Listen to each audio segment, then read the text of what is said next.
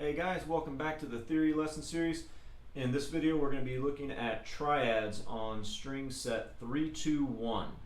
We'll be looking at three different forms and then their major and minor counterparts. So if you're not familiar with triads, it's basically a major and minor chord, but we're representing just the three notes and nothing else. We're not doubling any note. So we have a root, a third, and a fifth in different arrangements. Triads to me are they bring together the idea of a scale and a chord and make it a lot more manageable because they're smaller shapes. It's this nice middle ground that helps you connect different concepts theoretically and also musically and on the fingerboard specific to the guitar. This information carries over from one instrument to the other, but it helps us understand how things are laid out on the guitar very nicely. It does take time to go through with them, but it is time well spent, and you will see these used in lead playing and improvising solos, even in just strumming chords. You can apply it to everything. They're super versatile. So first I'll show you in one position at the 5th fret here, each major shape, then their minor counterparts.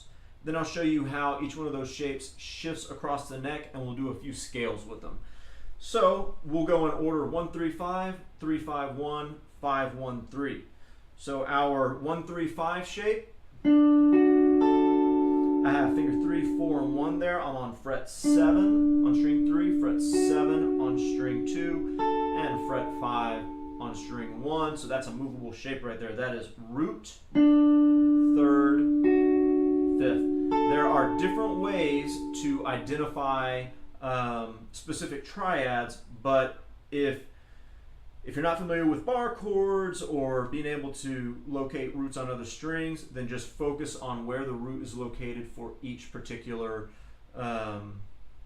triad, and also the arrangement of the other notes too, which we'll soon see is very important. So this is shape, we'll call it shape 1, but it's 1-3-5, root, 3rd, 5th. All right, then we invert that and we get a 3-5-1. This is going to be a different chord. It's not the same, not going to be the same sound, but looks like this. So I'm on fret 6, string 3, and then frets 5 on strings 2 and 1. So for that shape, that's a 3-5-1. The root is on string 1. So here, root was on string 3. Here, root is on string 1. And then for our 5-1-3, this is going to yet be a different triad. We're just doing it in the same position. Looks like a D chord. I'm on fret 5, 6, and 5 there. So it looks just like a D chord. 5-1-3. Our root is on string 2. So 1-3-5, root is on string 3, 3-5-1, root is on string 1, and 5-1-3, root is on string 2. Now, each of those can be changed into a minor shape. So for every minor chord, if you're going from major to minor, all you have to do is lower the 3rd by a half step. Go down on the guitar neck 1 fret with the 3rd. So this is 1-3-5. So the note I'm playing on string 2 is the 3rd. I'm going to lower that by a half step from fret 7 to fret 6. And I get 1 flat 3-5. So I lift my middle finger and put my pinky back on. 1-3-5. Lift my pinky and put my middle finger on. 1 flat 3-5. For the 3-5-1, the 3rd is on string 3. I'm going to lower that by a half step to the 5th fret. So I'm just going to bar all 3 strings at the 5th fret. Flat 3, 5, 1. Major, minor. And then our D shape, 5-1-3. Our third, is on string 1, which is going to lower by a half step. So to fret 4 here. So I'm on frets 5, 6, 4 there. 5, 6, 5 fret numbers, 5, 6, 4, or a D major shape and a D minor shape. Okay, now let's see how those transfer across the neck. So let's take our 1, 3, 5 shape. That's a B flat 1, 3, 5 chord. Our 3, 5, 1 is going to be at fret 7, 6, 6. So 1, 3, 5 B flat. 3, 5, 1 B flat.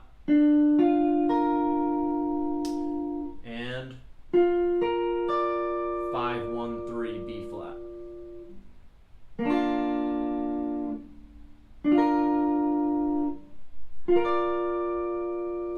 And then we can take our, it's just like our F major chord here, but just 3 strings. F major, it's a 3, 5, 1. At the 5th fret there, 5, 1, 3. And then at the 8th and 10th frets, 1, 3, 5.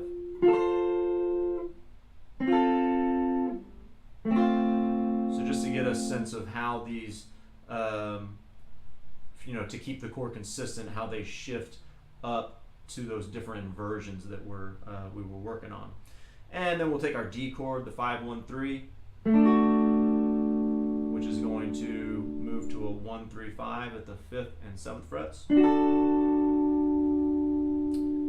then a 3, 5, 1 at frets 11, 10, 10.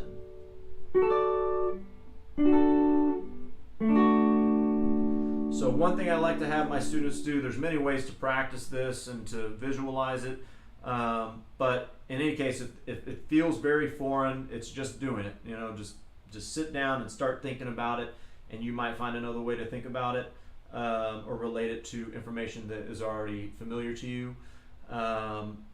There's no wrong way as long as you're making progress with it, but you know, make sure you're taking it one step at a time. Don't give yourself too many things to manage. So what I'm going to do is run us through a B flat major scale with triads, an F major scale with triads, and a D major scale with triads. So you'll be able to rewind it as much as needed or replay it, but I'll call these chord shapes out and then you can practice them one by one. Here's B flat major. The next chord in a B flat major scale would be C minor. So I'm on frets 3, 3, 1, and then C minor on 5, 4, 3, and then D minor on 7, 6, 5, E flat major on 8, 8, 6, F major on 10, 10, 8, G minor on 12, 11, 10, A diminished, which we didn't talk about, it's not that big of a deal, on 14, actually use my pinky there, 14, 12, 11. Oops, I did that wrong. 14, 13, and 11. And then we're back at our B flat major chord.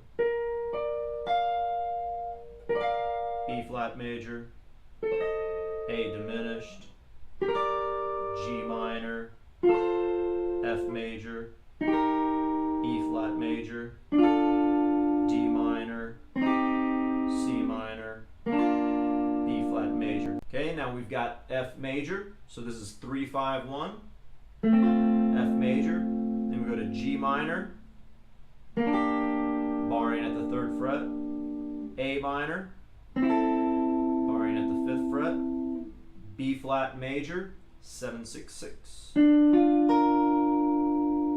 C major, 9, 8, 8, D minor, barring at 10, E diminished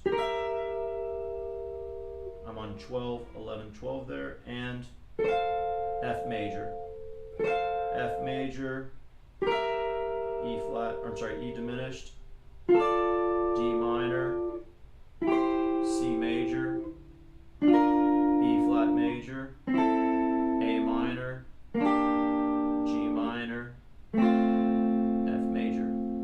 And next we've got our D major chord scale. So obviously we're going to be starting out with a D major triad here.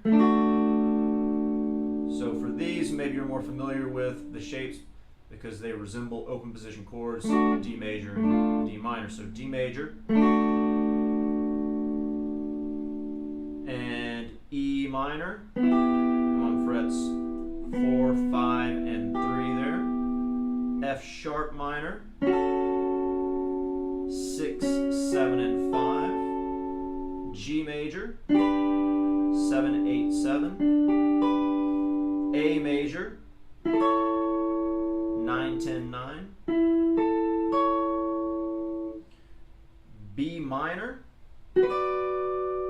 11, 12, 10. C sharp diminished, 12, 14, 12. And then our D major at 14, 15, 14.